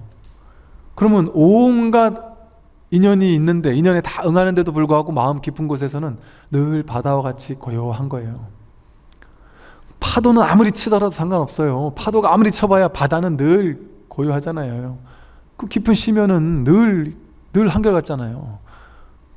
파도가 쳐서 파도가 아무리 막 그냥 먼지시 일어나도 어떤 일이 일어나더라도 바다는 고요하듯이 이게 진짜 선정이란 말이에요. 진짜 선정. 그러니까 겉으로 아무 일도 없고 겉으로 좋은 일만 있거나 겉으로 항상 고요한 사람, 그게 선정이 아니에요. 항상 길을 걸을 때 천천히 걷는 것만 선정이 아니에요. 윗바사나 한다고 매일같이 이렇게 천천히 걷고 말도 천천히 하고 늘 알아차림하고 이것만이 선정이 아니란 말이에요. 아니 사자가 쫓아오면은 세게 도망가고 도둑놈이 쫓아오면 세게 달릴 줄도 알고 버스 시간 놓쳤으면 후다닥 가서 뛸 줄도 안단 말이에요. 그러나 후다닥 가서 뛰더라도 마음은 고요하단 말이에요. 차 놓치면은 다음 차 타면 되지 하고, 그러나 놓치지 않으려고 뛴단 말이에요. 과도하게 집착이 없는 마음이에요. 취사 간택이 없는 마음, 그게 진짜 선정이에요. 그게 진짜 삼매고, 그래서 육조 스님도 그렇고 모든 경전에서 항상 진정한 삼매를 얘기하는 거예요. 유의조작으로 참선을 통해 선정을 통해 만들어낸 삼매는 그는 생겨나고 사라지는 삼매잖아요. 그건 진짜 삼매가 아니다. 무상삼매, 일행삼매, 일상생활 속에서 늘 삼매인 거예요. 왜? 마음을 확인한 사람은 그 마음은 늘 삼매거든요. 마음은 늘 변함없거든요. 분별에 잠깐 끄달려 가더라도 딱 이 마음자리로 돌아올 수 있단 말이에요. 자기 자리로 돌아올 수 있는 이 힘이, 복원력이 생긴단 말이에요. 이제 내 고향에 돌아왔단 말이에요. 마음을 확인하고 나면. 그래서 이제는 그러더라도 분별에 끄달려가지 않는 건 아니지만 이제는 고향이 확보가 됐으니까 고향으로 돌아올 줄 아는 거예요. 이제 본래 자리로, 본래 면목의 자리로. 그러니 이 마음은 점점 익숙해지고 이제 현실의 분별 세계는 점점 낯설어지기 시작한단 말이에요. 그게 이제 보임이고 그게 공부다. 그게 수행이라는 것이죠. 이게 진짜 선정이다. 그러니 삼매가 중요하다고 여기면서 앉아서 오랫동안 삼매하면은 내가 1시간을 3시간을 5시간을 앉아 있을 수 있다. 우리 명상센터의 스승님은 한 번 앉으면 하루 내내 앉아 있습니다. 이런 걸 선정이라고 생각하던 사람들이 이런 본문 들으면 충격적인 거죠. 내가 지금까지 했던 삼매는 진짜가 아닌가? 아니란 얘기인가? 반발심이 일어날 수 있겠죠. 그러니까 기존의 전통을 다 깨뜨리는 얘기를 하고 있는 거예요. 파격적인 얘기를. 또 셋째는 해양이니 자기 마음에 걸림이 없어서 항상 지혜로서 자성을 비추어 보아 어떤 악도 짓지 않고 비록 많은 선을 닦더라도 마음으로 집착하지 않으며 윗사람을 공경하고 아랫사람을 보살피고 외롭고 가난한 이를 불쌍히 여기는 것을 해향이라 합니다. 해향이라는 것은 지혜의 향기잖아요. 지혜의 향기. 우리가 이제 정해라고 부르죠. 보통 정해 혹은 뭐 지관 이렇게 불러요. 그래서 지혜가 생겨나는 거, 무분별지 지혜가 생겨나는 걸 이제 지혜의 향기라고 부르거든요. 근데 진정한 지혜의 향기가 뭐냐? 뭐가 지혜냐? 마음에 걸림이 없어서. 마음에 걸리는 게 없겠죠. 자기 마음자리가 텅 빈 그 공성의 자리를 확인했다면 뭐가 걸릴 게 있겠습니까? 그 바탕은 거기에 걸리더라도 그게 인연 따라 왔다 간다는 것을 분명히 아는데 거기에 걸릴 필요가 있겠어요?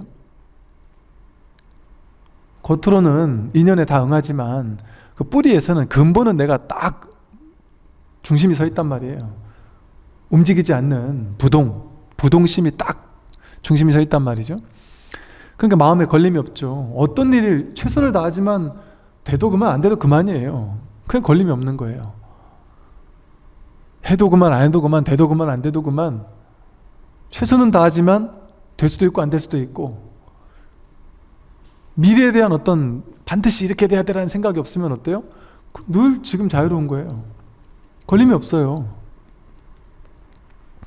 자기 마음에 걸림이 없어서 항상 지혜로서 자성을 비춰보아 늘 지혜로서 자성을 비춰본다. 늘 자성자리에 뿌리 내리고 있다. 늘 이 자성에 안주하고 있어요. 자성의 자성. 이게 본뿌리라는 사실을 확인하고 있다. 그러니까 어떤 악도 짓지 않고 어떤 악도 짓지 않아요.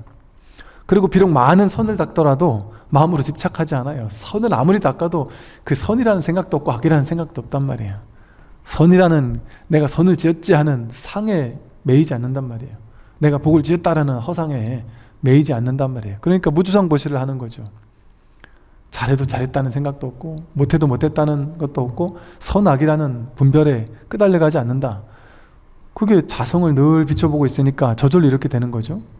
저절로 악도 짓지 않고 선을 닦더라도 마음으로 집착하지 않으며 또 이 자성자리에 늘 이렇게 있으면 너와 나라는 분별이 사라지잖아요. 일체가 텅 빈 이 자성의 한마음이라는 사실을 자악게 되니까 그러고 나서 다시 현실로 돌아온단 말이에요. 깨닫고 나면 도인으로 사는 거 아니에요.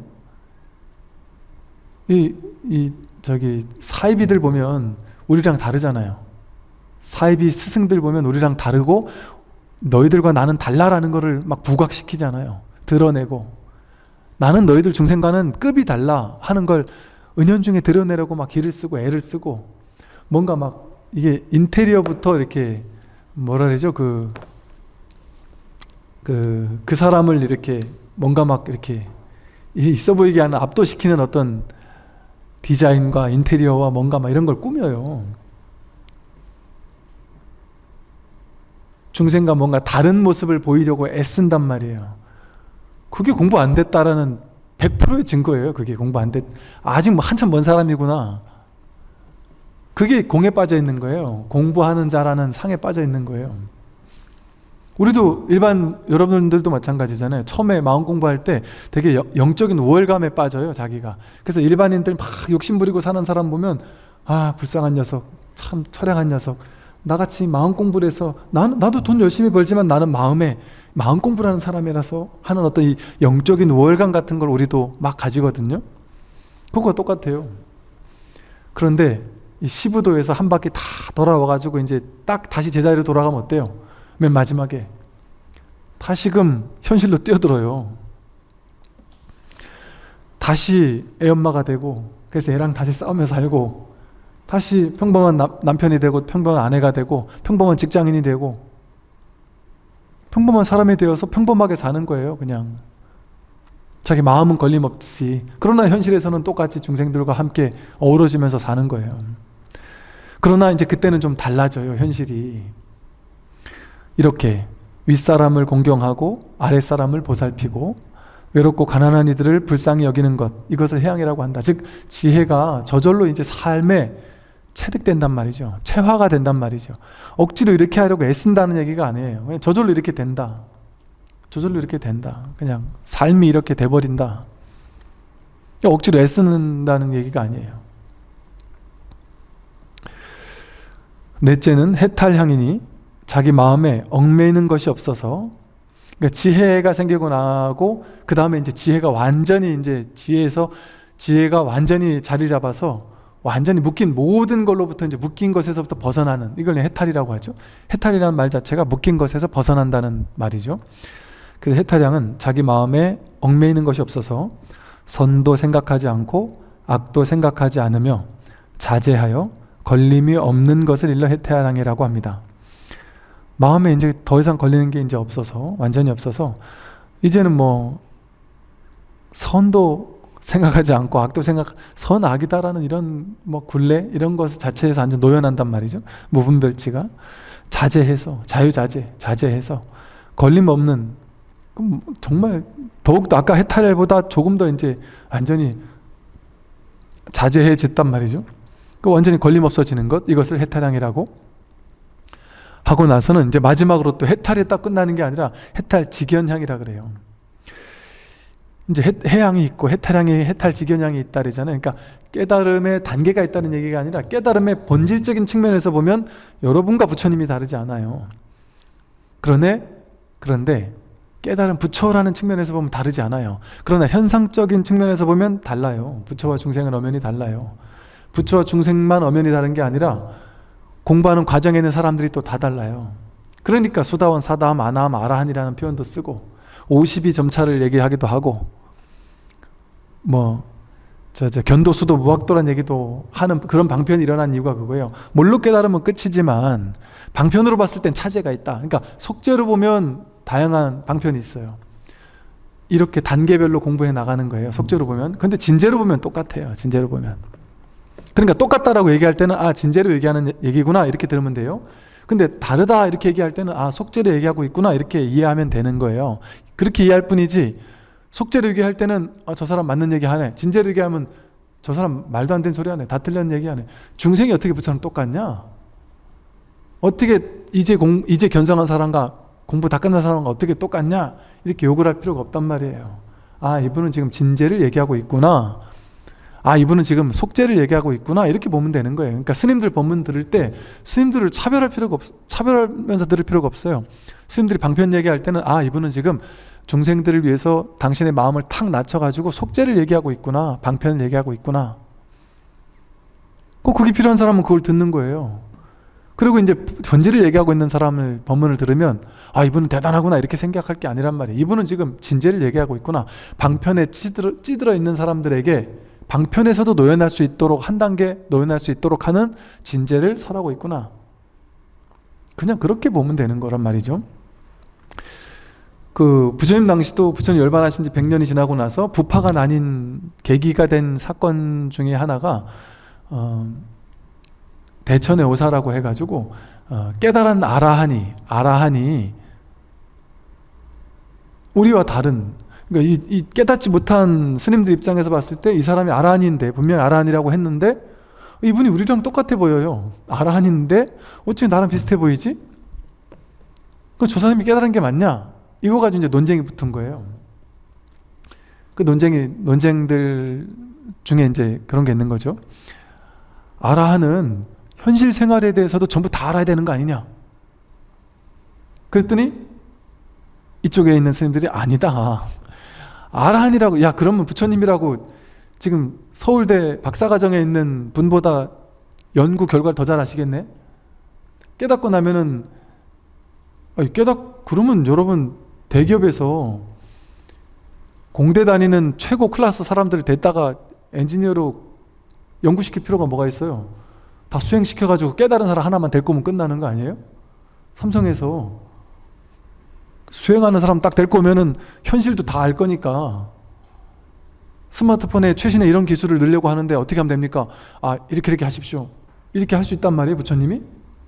그런 거 할 줄 아는 게 부처님이란 말이에요? 아니란 말이죠. 근데 그때도 그런 알아하는 그런 현실적인 지식도 다 알아야 된다라고 생각하는 사람들이 있었던 거예요. 근데 이 스승은 보니까 현실적으로는 다른 생각 하더란 말이에요. 쉽게 말해 공부한 도인이라 하더라도 자신이 약간 성향이 보수 성향이 있는 스님이 계시고요, 진보 성향의 스님이 계세요. 도인들 중에도 쉽게 말해 자기 마음을 깨달은 사람 중에도. 근데 이제 그분들끼리 대화가 돼요. 이분들은 보수를 얘기하면서도 집착하지 않고 진보를 얘기하면서도 집착하지 않으니까 서로 싸우지 않는단 말이에요. 재밌게 대화 나누는 거지. 그러니까 깨달은 사람이라고 해서 현실적으로도 다 안다 아니에요. 그리고 또 하나 어떤 얘기가 있냐면요, 깨달은 사람은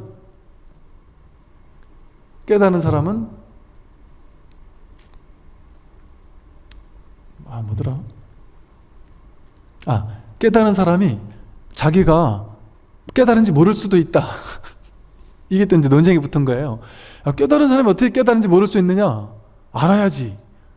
부처님이 내가 부처다라고 딱 선언하신 것처럼 깨달은 사람은 내가 깨달았다고 알아야지.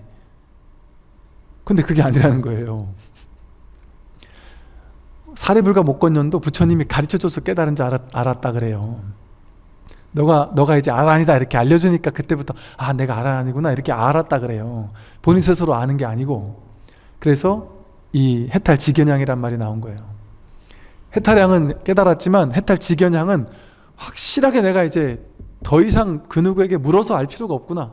부처님처럼 이제 더 이상 누구한테 물어가지고 내가 깨달았는지를 알 필요가 없을 만큼 확고부동한 깨달음에 완전히 뿌리 내린 거죠. 그걸 해탈지견양이라 그래요. 쉽게 말해 완전히 부처님 같은 이런 경지겠죠.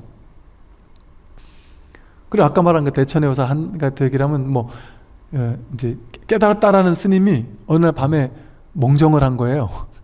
밤에 아무리 자다가라고 할지라도 욕망이 남아있는 거 아니냐, 욕망의 깨달음이 있는 거 아니냐, 그런 거 가지고 논쟁이 묻는단 말이죠. 그러니까 어떤 사람들은 이 깨달음을 완전 초인적인 이렇게 되는 것만이 깨달음이라고 착각한단 말이에요. 부처님이 되면 그렇게 될 수도 있을지 모르겠어요. 제가 부처님이 안 돼봐서 모르겠는데 이렇게 해탈지견양을 따로 이렇게 이 방편으로라도 이렇게 정해놓은 거 보면 부처님이 되면 정말 우리가 생각하는 그런 분이 될 수 있을지는 모르겠어요. 그러나 견성이라는, 우리가 깨닫는다라고 얘기할 때 견성이란 이런 단계, 우리가 공부해가는 과정에 있는 이런 우리들의 공부의 수준에서는 그렇지 않아요. 선사 스님들 공부가 얼마나 많이 되 계신 분이세요? 일상생활을 사는 거 보면 그렇게 날아다니고 전생을 보고 어쩌고 하는 그런 일이 일어나지 않아요. 그리고 선사 스님들 이야기 보세요. 깨달았다라는 이야기 전부 다 보세요. 깨달은 체험이 쑥 내려가는 어마어마한 체험이 그렇게 중요하면 어떠한 체험을 했다는 얘기를 선어록에 써놔야 되잖아요. 선어록에 그런 얘기 한마디라도 있습니까? 어제 제가 마주어로 공부할 때 분주무업선사가 도가 무엇입니까? 도가 뭔지를 제가 모르겠습니다. 즉심시불이라는 게 부처라는데 그게 뭔지 모르겠습니다. 모르는 그 마음이 부처야. 근데도 못 알아듣고는 조사가 서쪽에서 오신 뜻이 뭡니까? 그러니까 이 스승이 안 되겠다 싶어. 야, 너는 너무 시끄럽다. 안 되겠다. 가라. 다음 날 와라.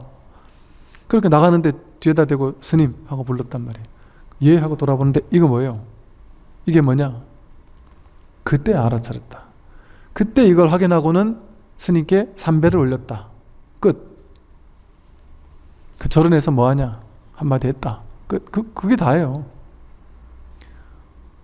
고개를 돌리는데 이게 뭐냐 할 때 알아챘다 이거예요. 이거라고 하고 알아챈 그게 연성이란 말이에요. 그러니까 알아하니 내가 알아하는지 모를 수 있단 말이에요. 알려주기 전까지 모를 수도 있단 말이에요. 그러니까 실제 자신이 성품을 확인하고도 이게 확인했는지 아닌지 모르겠어요. 확인했는데 희미해요. 확인했는데 놓친 것 같아요. 이게 진짜 확인한 게 맞나요? 하고 묻는 사람들이 무지기수로 많죠. 당연한 거예요. 그게 정상적인 상황이에요. 정상적인 상황. 그러니까 굳이 와서 물을 필요 없어요. 그냥 내가 했냐 안 했냐 이거를 확인하려고 할 필요 없단 말이에요. 그 확인하고 나면 저도 그런 얘기도 안 해줄 뿐 아니라 확인하고 나더라도 하나의 상을 주는 거예요. 또 공부했다는 상, 내가 깨달았다는 상, 그는 상에 빠져요. 그렇게 공부하는 거 아니에요. 했어도 계속 공부하는 거고 안 됐어도 계속 공부하는 거예요. 그냥 계속 공부할 뿐이지 나는 지금은 수다원가 올랐다, 지금 사다원가 올랐다, 지금 사나원가 올랐다 이걸 확인해야 되는 게 아니란 말이죠. 그냥 꾸준히 공부할 뿐이지. 내 업습에 아직 끌려가는 정도의 아직 공부가 미진함이 있다면 그 미진함에 의지해서 그냥 계속 공부할 뿐이에요. 그래서 이제 해탈지견양이 겁니다. 스스로 확실하게 그 해탈에 대한 확실한 견해가 완전히 쓴 거예요.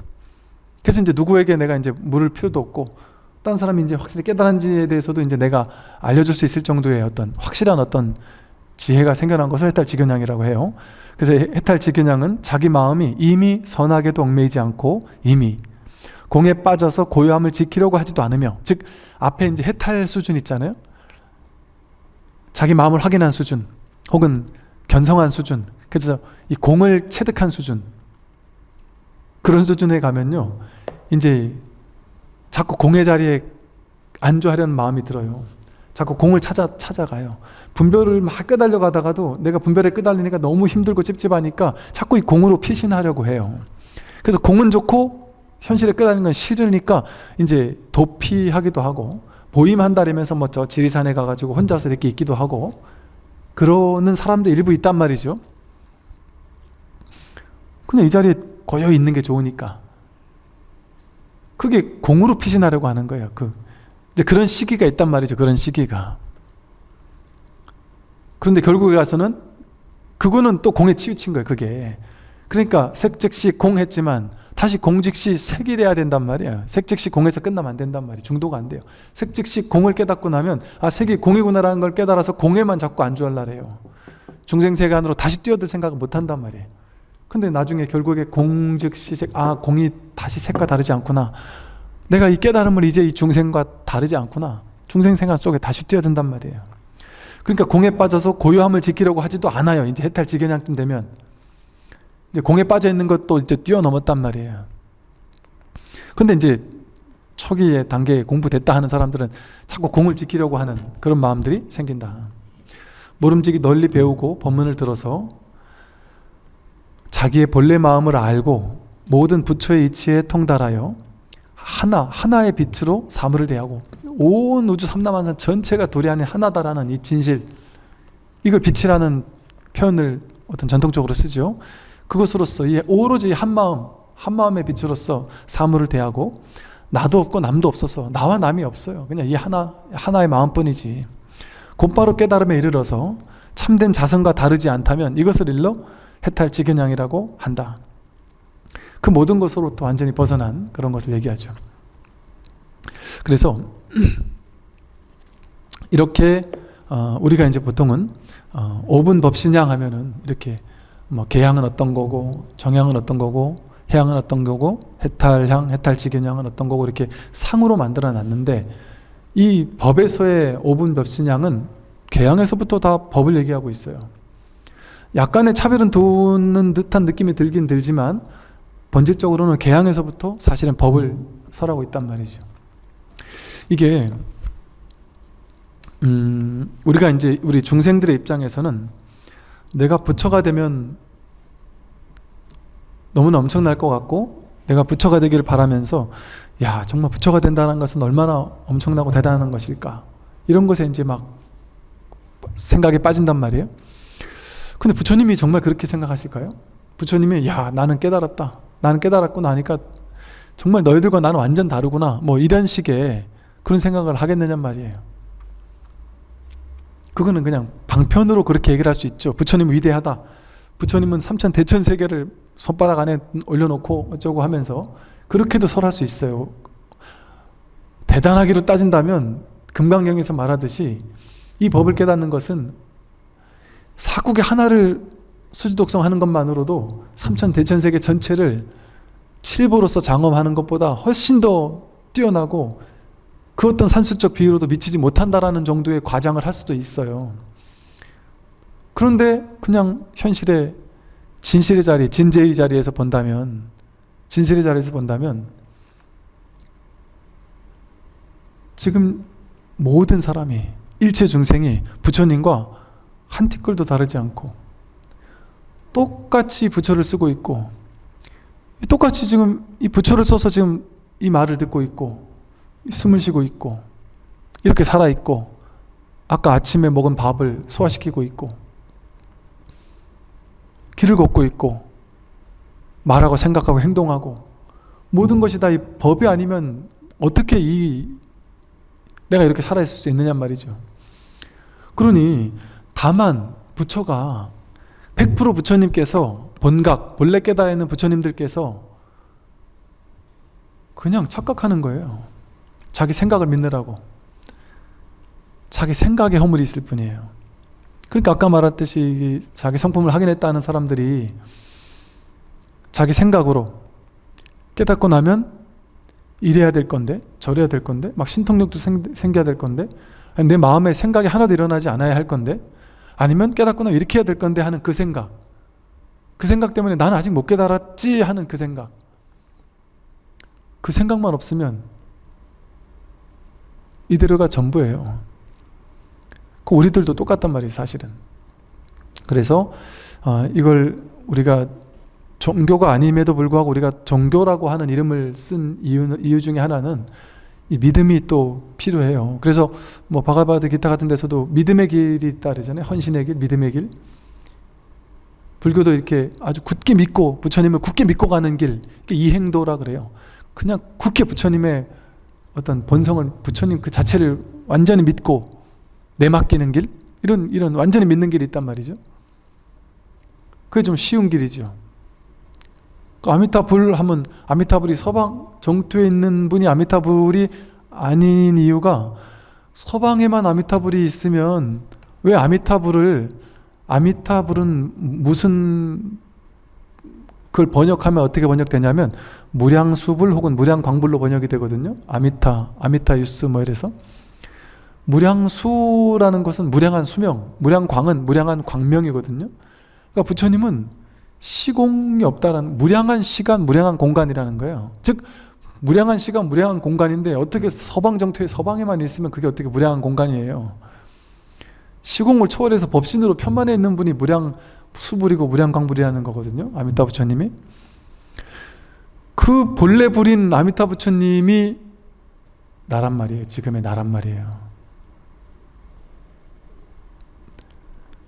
그래서 불자들이 내가 진짜 힘든 일이 생겼을 때, 내가 막 깊은 우울증에 빠졌을 때, 아니면 어떤 내가 도저히 이겨낼 수 없을 만한 큰 사건 사고 때문에 막 괴로워할 때, 뭐 어떤 재판 때문에 힘들 때, 별의별 분들의 이야기들을 저는 이제 이게 다 듣게 돼요. 또 제가 또 군에서 나오니까 더 다양한 이야기들을 접해서 정말 그 간접 체험을 많이 하는 것 같아요. 어떤 분은 심지어 무슨 전 또 그런 얘기도 들어봐요. 무슨 재건축을 하는데 거기에서 뭐 어떤 이쪽과 저쪽이 뭐 막 얘기를 저는 그 뭔 얘기인지 모르겠는데 한참 얘기를 안 들을 수 없으니까 그냥 다 듣고 나는데 뭔 얘기인지 모르겠더라고요. 근데 그런 이야기, 뭐 별의별 현실적으로는 막 온갖 복잡다단한 모르는 이야기들이 얼마나 많겠어요. 그 무수히 많은 사건 사고들, 또 무수히 많은 괴로운 일들, 그런 게 일어난단 말이에요. 우리는 살다 보면 엄청난 충격적인 일들도 일어나고 한단 말이에요. 그러나 이게 신앙으로 접근해 본다면, 이 종교로서 접근해 본다면, 그러나 걱정하지 말라는 거예요. 걱정하지 말고 자기를 믿으라는 거예요. 자기라는 진짜 자불, 자기라는 부처를 자불이라고 불려요. 자성불이라고도 그러고, 자기라는 이 진짜 부처를 믿고서 부처님에게 완전히 내맡겨라. 이거 지금 이 행도거든요. 부처님을 완전히 믿고 부처님께 모든 걸 맡겨버려라. 왜? 내가 부처니까.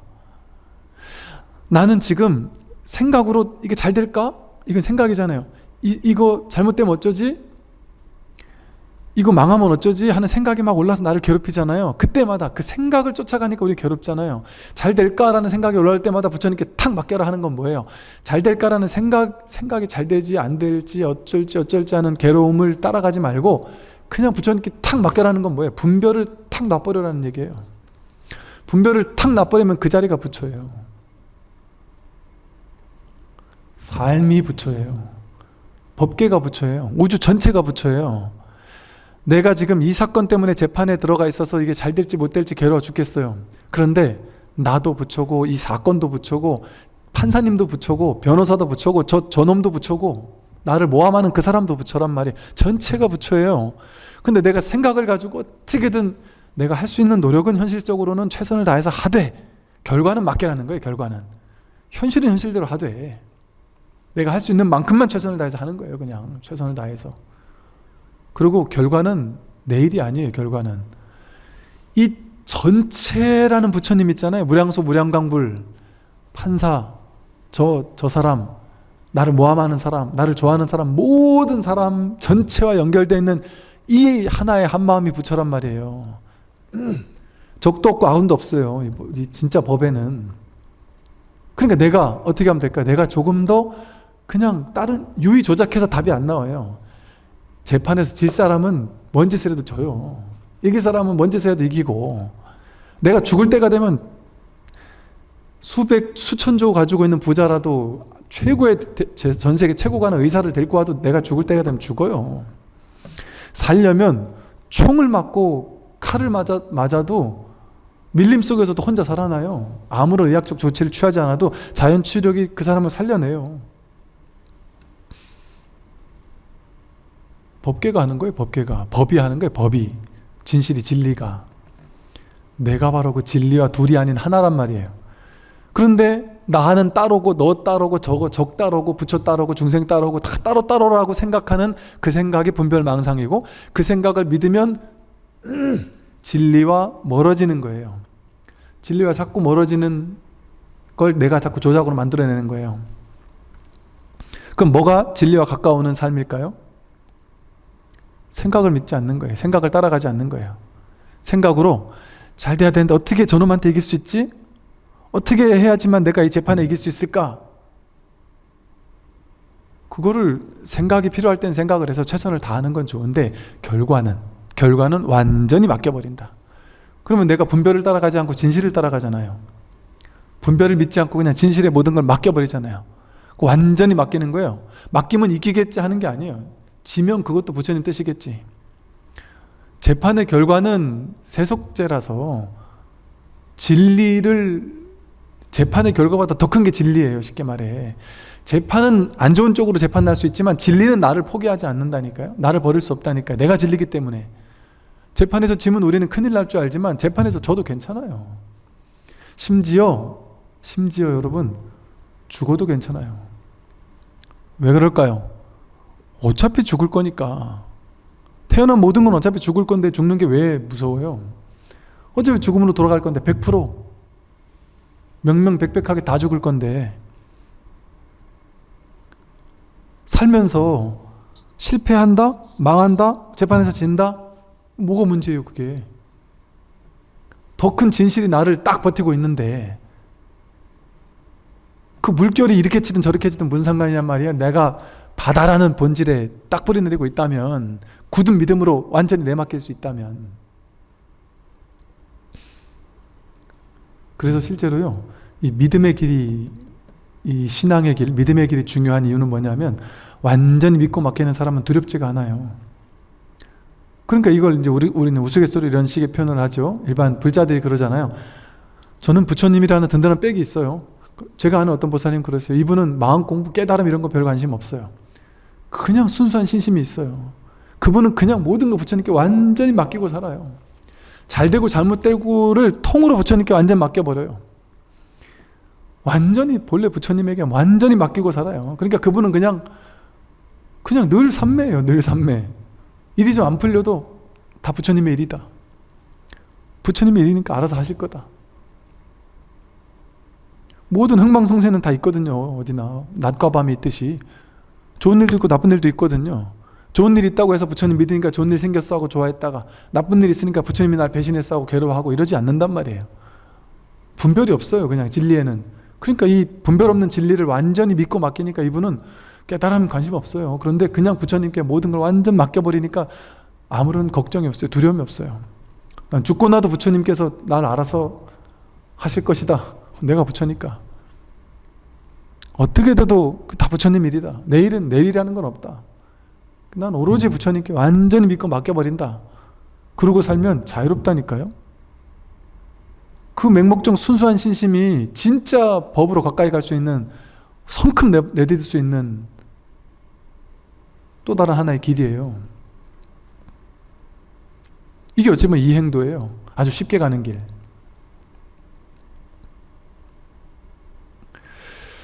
그래서 이렇게 그 5분 향내도 똑같은 어떤 다 법을 이렇게 드러내고 있죠. 그래서 선지식들이요, 이 5분 법신향은 각자의 내면에서 피워지는 것이니 결코 밖을 향해 찾지 마십시오라고 했어요. 이 5분 법신향이 각자 자기 내면에서 향을 피우는 거지, 내면에서 피워지는 향이지 바깥을 향해서 찾을 필요가 없다. 5분 법신향은 자기 마음 안에 있어요.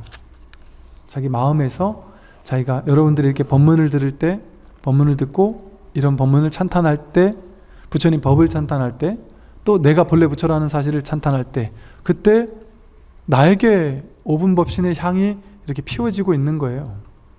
내가 바로 5분 법신 향이 되어서 법신의 향기를 그대로 드러내고 있는 것과 다르지 않아요. 이 법신의 향은 자기에게서 나와요. 바깥에서 결코 없습니다. 그래서 밖을 향해 찾을 필요가 없죠. 그러니까 자기를 믿으라는 거예요. 그리고 자기에게로 돌아오라는 거예요. 자기를 완전히 믿고 자기에게 모든 걸 맡기라는 거예요.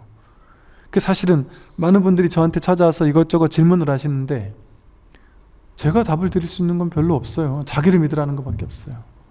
자기를 못 믿으니까 저를 믿게 해주세요 하고 찾아오는 거예요. 그러면 믿으세요 이 얘기밖에 해줄 수 없어요. 사실은 자기를 믿으세요. 죽든 살든 자기를 믿으세요. 자기라는 부처를, 자성부를 믿으라. 네, 오늘 여기까지 말씀드리겠습니다. 수고하십시오.